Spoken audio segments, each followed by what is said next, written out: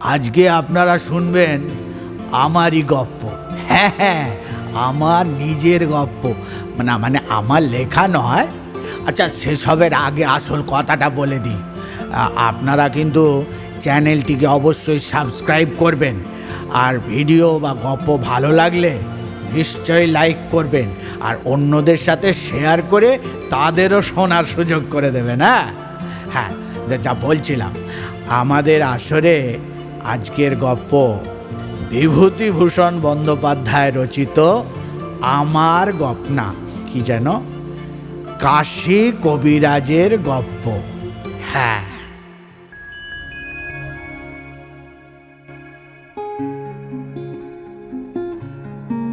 আমার উঠোন দিয়ে রোজ কাশী কবিরাজ একটা ছোট্ট ব্যাগ হাতে কোথায় যেন যায়। জিজ্ঞেস করলেই বলে, এই যাচ্ছি সনকপুর রুগী দেখতে ভায়া। একদিন বললে, নৈহাটি যাচ্ছি রুগী দেখতে। সেখান থেকে আবার শ্যামনগর যাব। সেখানেও আপনার রুগী আছে বুঝি? হ্যাঁ, সব জায়গায়। কলকাতায় মাসে 2বার করে যেতে হয়। আমার হাসি পায়। কাশী কবিরাজ আমাদের গ্রামে বছরখানিক আগে পাকিস্তান থেকে এসে বাসা করেছে। জঙ্গলের মধ্যে একখানা দোচালা ঘর, আম গাছের ডালপালায় ঢাকা। দিনে সূর্যের আলো প্রবেশ করে না। ছেঁড়া কাপড় পরে কাশী কবিরাজের বউকে ধান সেদ্ধ করতে দেখেছি। তা এতই যদি পসার, তবে এমন অবস্থা কেন?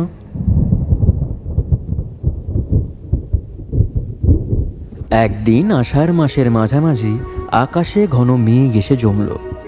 বৃষ্টি আসে আসে। কাশী কবিরাজ দেখি আমার উঠোন দিয়ে হন হন করে চলেছে ব্যাগ হাতে। আমি ডেকে বললাম, ও কবিরাজ মশাই, শুনুন শুনুন। আরে কোথায় চললেন? বৃষ্টি আসছে যে। কাশী কবিরাজ আমার চণ্ডী মণ্ডপে এসে উঠে বসলে। বললে, একটু রানাঘাট যেতাম এই ট্রেনে, রুগী ছিল। কে রোগী? একজন মাদ্রাজি। পা ফুলে বিরাট হয়েছে, সব ডাক্তারে জবাব দিয়ে দিয়েছে, বুঝলে কি না। 3বার এক্সরা করাতে গিয়েছিল।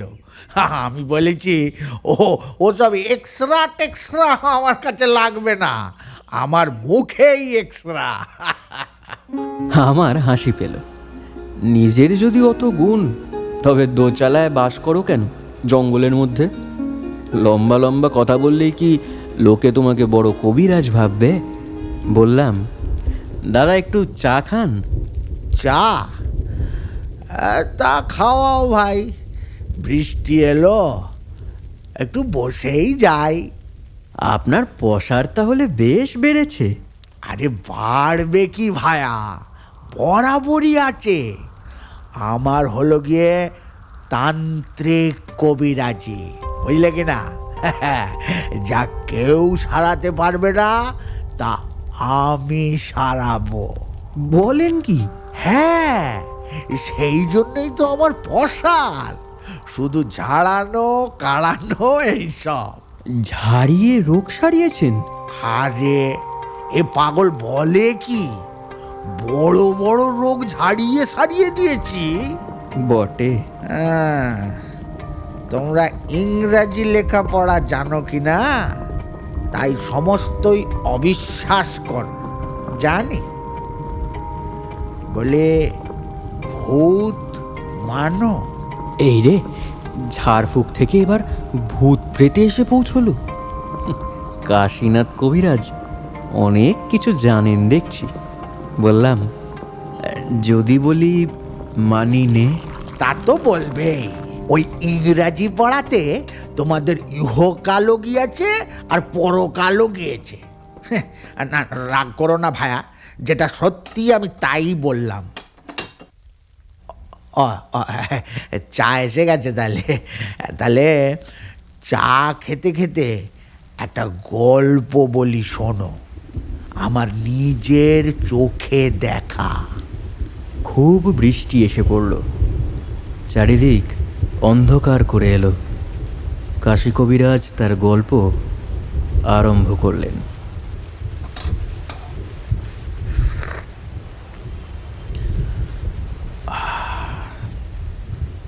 আমি তান্ত্রিক মতে চিকিৎসা করি বলে অনেক দূর দূর থেকে আমার ডাক আসে। আজ বছর 10 আগে হরিহরপুরের জমিদার শিবচন্দ্র মুকুজ্জের বাড়ি থেকে তার ছেলের চিকিৎসার জন্য ডাক এলো। আগে কখনো সেখানে গিয়েছিলেন আপনি? না। নাম জানতেন? হ্যাঁ, খুবই জানতুম। আমাদের ও দেশে হরিহরপুরের জমিদারের নাম খুব প্রসিদ্ধ। যখন গিয়ে পৌঁছালেন তখন বেলা কত? এই সন্ধ্যার কিছু আগে হবে। তারপর শোনো যা বলি।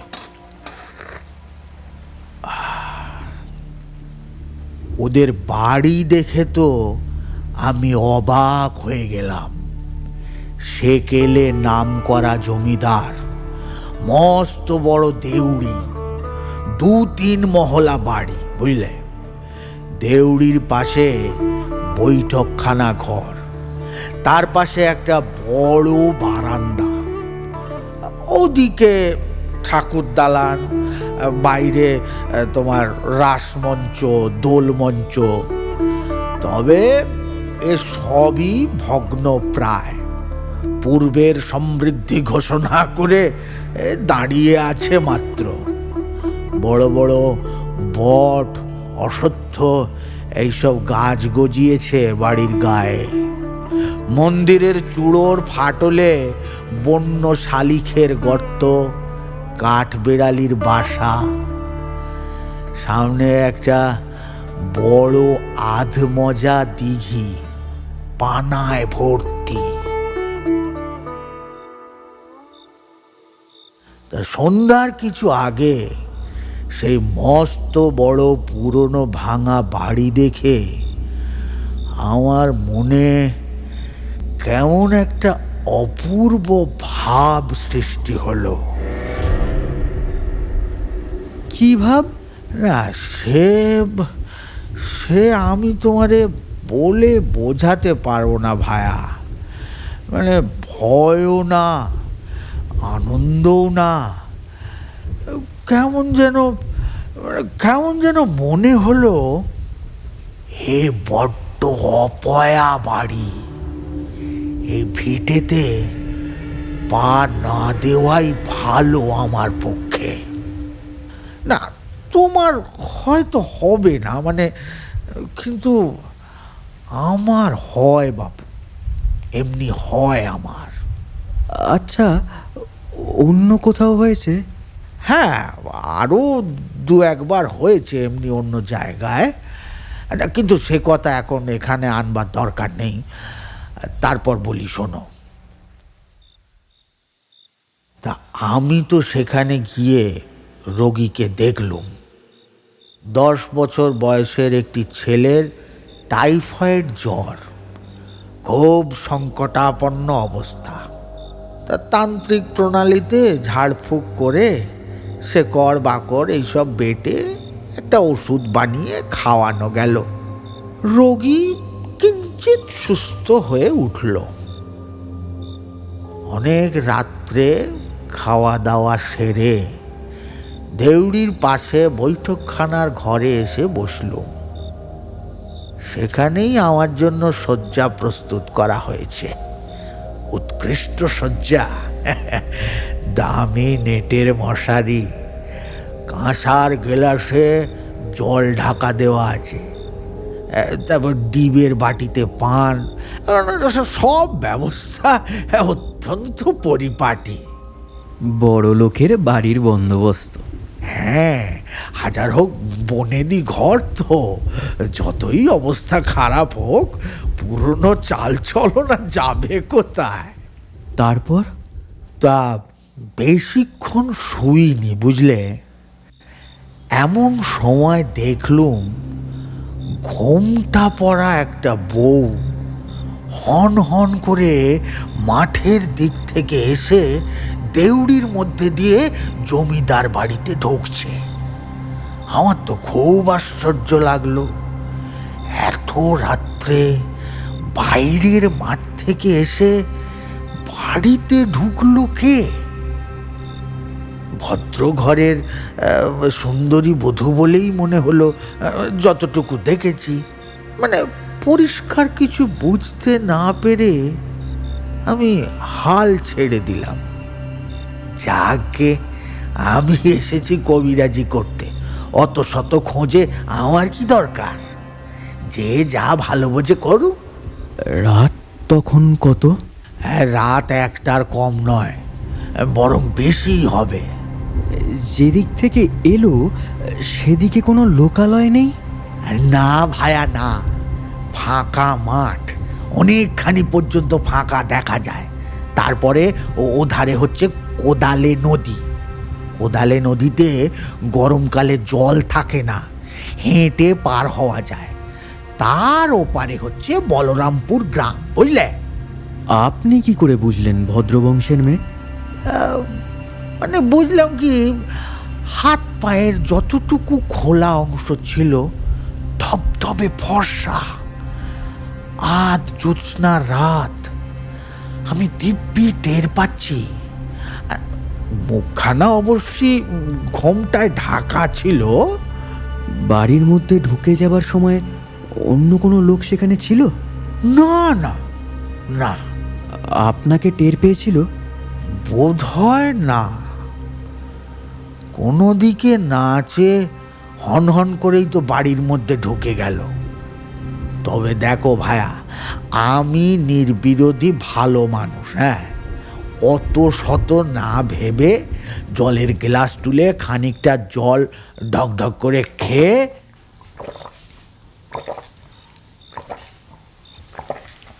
মশারি খাটিয়ে শুয়ে পড়ল।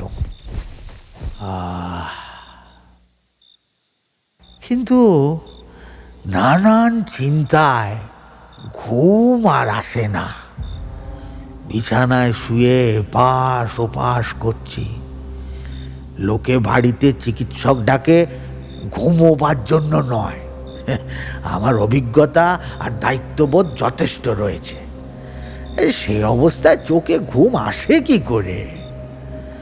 তা এমনিভাবে কিছুক্ষণ কাটলো, বুঝলে।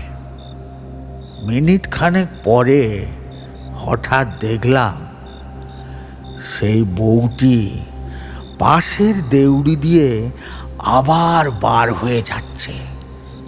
বিছানা ছেড়ে আমি তড়াক করে উঠে পড়লাম। দেখলাম বউটি ক্রমে দূরে মাঠের দিকে চলে যাচ্ছে। জ্যোৎস্নায় তার সাদা কাপড় দূর থেকেও স্পষ্ট দেখা যাচ্ছে। মাঠের দিকে গেল একা? হ্যাঁ, একদম একা, আর অত রাত। আপনি কি ভাবলেন? আমি আর কি ভাববো ভায়া, একেবারে তো অবাক। এত রাত্রে একটি সুন্দরী মেয়ে এমনভাবে যে নির্জন মাঠের দিকে চলে যেতে পারে, তা কখনো আমি দেখিনি। কি ব্যাপার, কে হতে পারে? এইসব এইসব 7-5 ভাবছি। এমন সময় বাড়ির মধ্যে থেকে একজন ছুটে এসে বললে, কবিরাজ মশাই, কবিরাজ মশাই, কবিরাজ মশাই, শিগগিরই আসুন, রোগী কেমন করছে।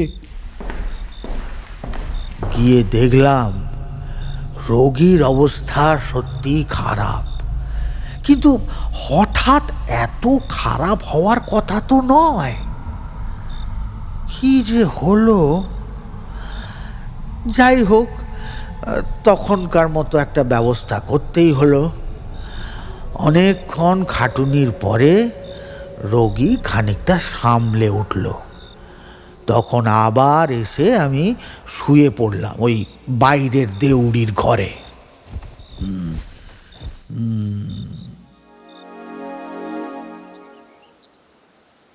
পরের দিনমান রোগীর অবস্থা ক্রমশ ভালোর দিকেই চলল। জমিদার বাবুর মনও আজ বেশ ভালো। প্রথম দিন বড়ই যেন মুষড়ে পড়েছিলেন। আজ এমনকি আমার সঙ্গে বসে দুপুরের পর খানিকক্ষণ পাশাও খেললেন, আর আমাকে তাদের বড় দিঘিতে একদিন মাছ ধরতে যাওয়ার আমন্ত্রণও জানালেন। খাওয়ার ব্যবস্থাও দুপুরে বেশ ভালোই হলো। হ্যাঁ, মাছের মুড়ো, দই, দুধ, সন্দেশ ইত্যাদি ইত্যাদি। কবিরাজ মশাই, আসুন আসুন। আমি তো খুব খুশি, আর জমিদার বাবু বেশ প্রফুল্ল। কিন্তু সেই রাত্রেই একটা আশ্চর্য ঘটনা ঘটল। এমন ধরনের ব্যাপার আমি কখনো কল্পনাও করতে পারিনি। দেখো, রোগীর অবস্থা কিছুটা ভালো থাকার দরুন সেদিন তেমন বেশি খাটুনি কিছু ছিল না, তাই সকাল সকাল খেয়ে দিয়ে আমি শয্যা আশ্রয় করলাম।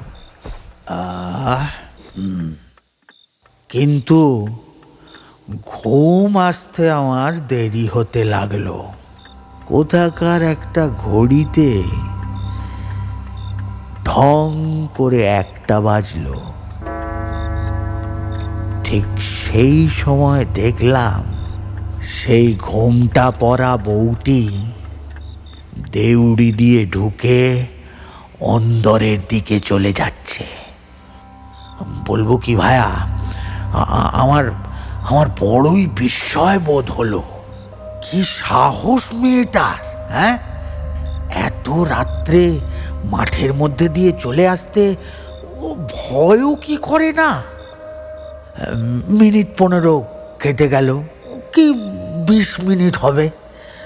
তারপর আমাকে আশ্চর্য এবং স্তম্ভিত করে দিয়ে সেই বউটি একেবারে আমার ঘরে এসে ঢুকলো।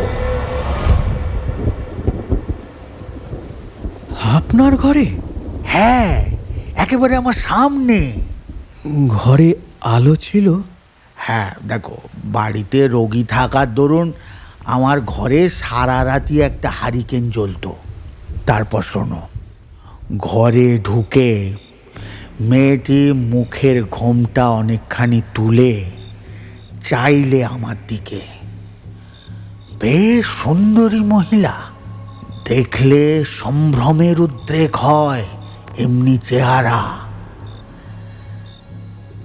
এক অদ্ভুত গলায় সেই মহিলা আমাকে বললে, তুমি এখানে থেকো না, চলে যাও এখান থেকে। আমি তো বিস্মিত ও স্তম্ভিত হয়ে মহিলার মুখের দিকে চেয়ে রইলাম। বললাম, আপনি কে মা? আমি যেই হই, তুমি এখান থেকে যাবে কি না? মা, আমি চিকিৎসক, রোগী দেখতে এসেছি। আমার কাজ না সেরে আমি কি করে যাই? তুমি এ রোগী বাঁচাতে পারবে না। কাল সকালে তুমি চলে যাও এখান থেকে। কি করে? মানে আপনি কি করে জানলেন এ রোগী বাঁচবে না? আমি ওর মা, ওর সৎমা ওকে খুব কষ্ট দিচ্ছে। সে কষ্ট আমি দেখতে পারছি নে। আমি ওকে নিয়ে যেতে এসেছি, নিয়ে যাবই। তুমি তাকে কিছুতেই রাখতে পারবে না। তখনও আমি বিষয়টা যেন ঠিক বুঝে উঠতে পারিনি। আমতা আমতা করে বললাম, আপনি আপনি কোথায় থাকেন? আমি মারা যাওয়ার পরে আজ 4 বছর হলো ওর বাবা আবার বিয়ে করেছে। আমার সেই সতীন ওকে বড় যন্ত্রণা দিচ্ছে। আমি সেখানে শান্তিতে থাকতে পারি না। খোকা আপন মনে কাঁদে, আমি শুনতে পাই। ওকে আমি নিয়ে যাবই, তুমি আটকাতে পারবে না। শুধু শুধু কেন অপযশ কুড়োবে? ঘরের ছেলে, ঘরে ফিরে যাও। আমার সমস্ত শরীর যেন হিম হয়ে গিয়েছে। কি ব্যাপারটা যে সামনে ঘটছে তার কোনো যেন ধারণাই আমার নেই।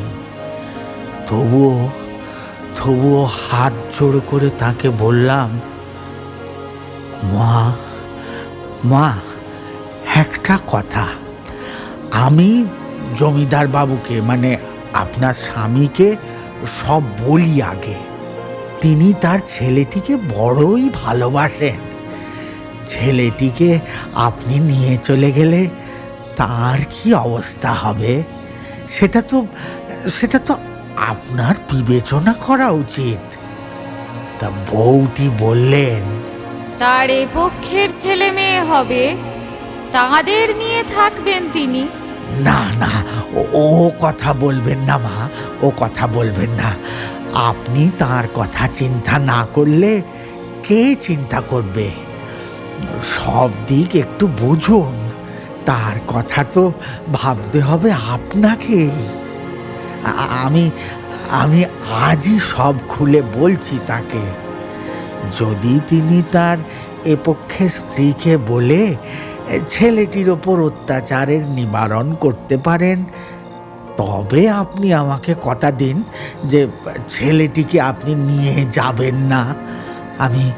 আমি সে চেষ্টা করি মা, একবার সে চেষ্টা করি। করো। বলেই মূর্তি কিন্তু অদৃশ্য হলো না। ঘর থেকে বার হয়ে দেউড়ি দিয়ে বেরিয়ে মাঠের দিকে চলে গিয়ে নিশীথ রাত্রের শুভ্র জ্যোৎস্নার কুয়াশায় মিলিয়ে গেল।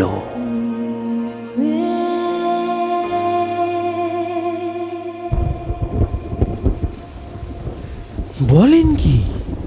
হ্যাঁ মশাই, হ্যাঁ। আচ্ছা, এই মূর্তির কোনো অংশ অস্পষ্ট নয়? না না না, দিব্যি মানুষের মতন, কোনো অস্বাভাবিকত্ব নেই কোথাও। কথাবার্তা বললাম, আমার কোনো ভয়ও হলো না। মানে একজন সাধারণ ভদ্র মহিলার সঙ্গে যেন কথা বলছি তেমনিই মনে হলো। মূর্তিটি অদৃশ্য হওয়ার খানিক পরেই বাড়ির মধ্যে থেকে আবার আমাকে ডাকতে এলো। রোগীর অবস্থা নাকি খুব খারাপ। দেখো, অথচ সমস্ত দিন রোগী এমন ভালো ছিল। বুঝলাম যে এ সবই তাঁর কাজ। আবার গিয়ে ওই তখনকার মতো একটা ব্যবস্থা করলাম। ভোরের দিকে জমিদার বাবুকে ডেকে বললাম, শুনুন, আপনার সঙ্গে আমার একটু কথা আছে, আপনি একটু বাইরে চলুন। বাইরে এসে সব কথা বললেন নাকি? হ্যাঁ বললাম, সব বললাম, গোড়া থেকে বললাম। এই আপনি যেখানে দাঁড়িয়ে আছেন, আপনার প্রথম পক্ষের স্ত্রী কিছুক্ষণ আগে সেইখানেই দাঁড়িয়েছিলেন। বিশ্বাস করলেন? হ্যাঁ। শুনে কেঁদে ফেললেন। বললেন, আমি জানি, আমি খোকার এই অসুখের সময় একদিন ওকে খোকার শিয়রের কাছে দাঁড়িয়ে থাকতে দেখেছি। তারপরের ইতিহাস খুবই সংক্ষিপ্ত। জমিদার বাবু বললেন, আমি জানি ওর সৎ মা ওর ওপর খুব একটা বেশি সদয় নয়, তবে এতটা আমি জানতাম না। আমি কথা দিচ্ছি, খোকা সেরে উঠলে ওর মামা বাড়িতে রেখে ওকে আমি লেখাপড়া শেখাবো।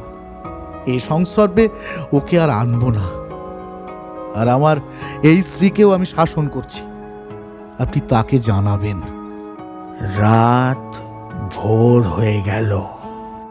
পরদিন থেকে রোগীর অবস্থাও ক্রমশই ভালো হয়ে উঠতে লাগলো। 11 দিন পরে রোগীকে আমি পথ্য দিয়ে বাড়ি ফিরলাম। ওর মাকে তারপর আর দেখেননি? আসেননি আপনার কাছে? না, আর দেখা হয়নি। আসলে কি জানো ভায়া, তিনি তো মা। সন্তানকে দুঃখ কষ্টের মধ্যে দেখে সহ্য করতে না পেরে পরপার থেকে ছুটে এসেছিলেন। দেখো, প্রকৃতপক্ষে কারো ক্ষতি করা তো তার উদ্দেশ্য ছিল না। তাই যখন বুঝলেন যে সন্তানের কষ্টের লাঘব হয়েছে, তখন তার আর এই জাগতিক পৃথিবীতে আসার প্রয়োজন রইল না।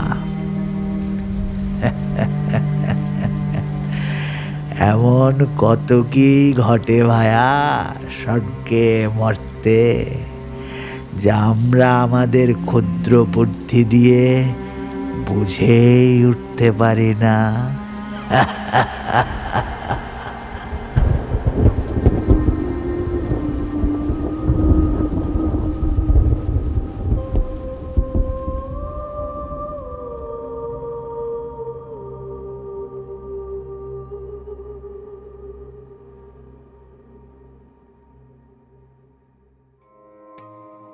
শুনলেন আজকের গল্প কাশী কবিরাজের গল্প। রচনায় বিভূতিভূষণ বন্দ্যোপাধ্যায়। গল্প পাঠে শুভম মুখার্জি। কাশী কবিরাজের চরিত্রে ডক্টর মনসিজ জানা, জমিদারের চরিত্রে সুনয়ন মুখার্জি, স্ত্রীলোকের চরিত্রে সুপ্রীতি সিং, অন্যান্য চরিত্রে সৃজন সাহা। পোস্টার ডিজাইন শুভজিৎ, স্বস্তিক এবং Tanushree. Social media, publicity and scripting Srijan Saha. সমগ্র অডিও ডিপার্টমেন্ট সামলেছেন দেবজিৎ জানা। গল্পটির পরিকল্পনা, তত্ত্বাবধান এবং পরিচালনায় ডক্টর মনসিজ জানা। আমাদের আসর আবার জমবে আগামী শুক্রবার ঠিক রাত 9:30। শুনতে ভুলবেন না কিন্তু।